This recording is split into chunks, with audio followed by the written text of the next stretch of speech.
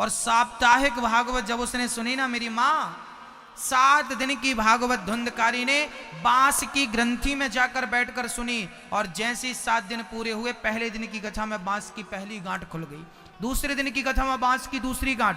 ये 7 गांठें क्या हैं? हमारे भीतर भी गांठ पड़ी है। कौन सी गांठ? यदि धागे में गांठ पड़ जाए तो क्या उस धागे को आप सुई के छेद में डाल सकते हैं? ये धागा है, अब हमें सुई में डालना है, तो धागे में गांठ नहीं होनी चाहिए। यदि गांठें हैं तो सुई के छेद से वो जाएगा नहीं, आनाकानी करेगा।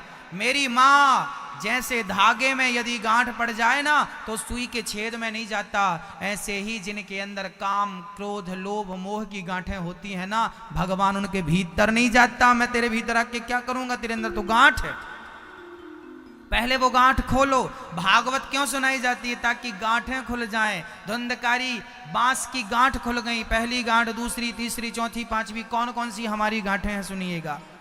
काम, क्रोध, मद, लोभ सब नाथ नरक के पंथ, सब परिहरि रघुवीर भजहु भजहि जेहि संत।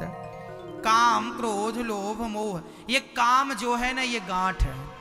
कथा सुनने के बाद यदि आप योगी, कथा के बाद योगी नहीं बने, भोगी ही बने रहे, तो कथा का क्या अर्थ? कथा क्या करती है? भोगी को योगी बना देती है, काम की गांठ को मिटा देती है।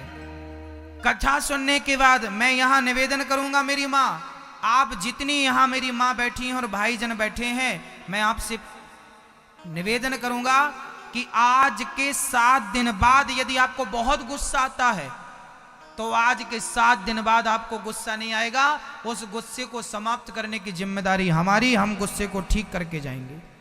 7 दिन तक आप कथा सुनिएगा, 7वें दिन मैं आपसे बात करूंगा, 7 दिन बाद आपको गुस्सा नहीं आएगा।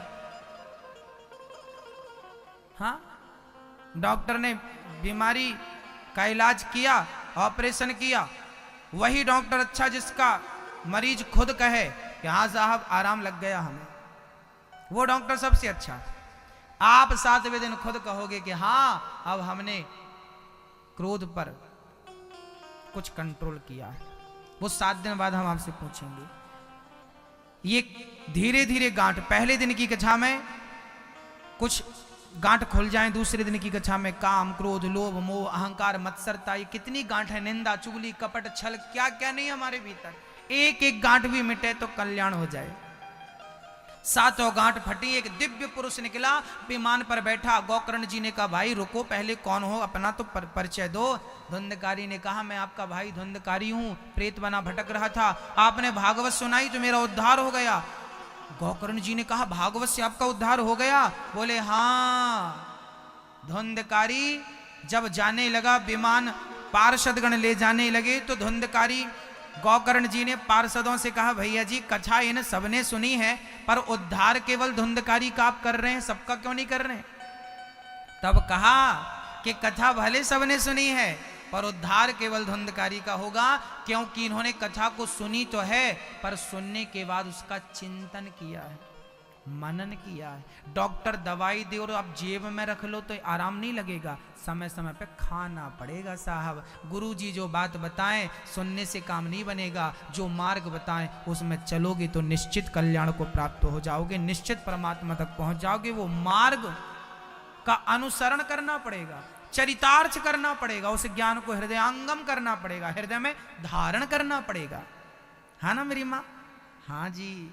श्री गोकर्ण जी ने कहा ठीक है। एक बाजार में एक राजा ने देखा 2 मूर्तियां रखी थी, एक सी दिखती, एक सी वजन, एक सा सब। राजा ने कहा भाई कीमत क्या है?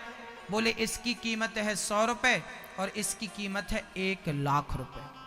राजा ने कहा भाई दोनों का वजन एक साथ, चमक एक सी, आकार, रंग, स्वरूप एक सा, पर अंतर इतना क्यों? तब कहा देख लो आप। तो एक मूर्ति के कान से एक धागा डाला गया, तो उसके कान से एक कान से डाला तो दूसरे कान से निकल गया। ये मूर्ति कितने की थी? बोलो। 100 रुपए की। और दूसरी मूर्ति थी, उसके कान से धागा डालो तो डालते जाओ वो निकलते ही नहीं, समाता जा रहा है अंदर, समाता जा रहा है। ये कितने की है? 1 लाख रुपए की।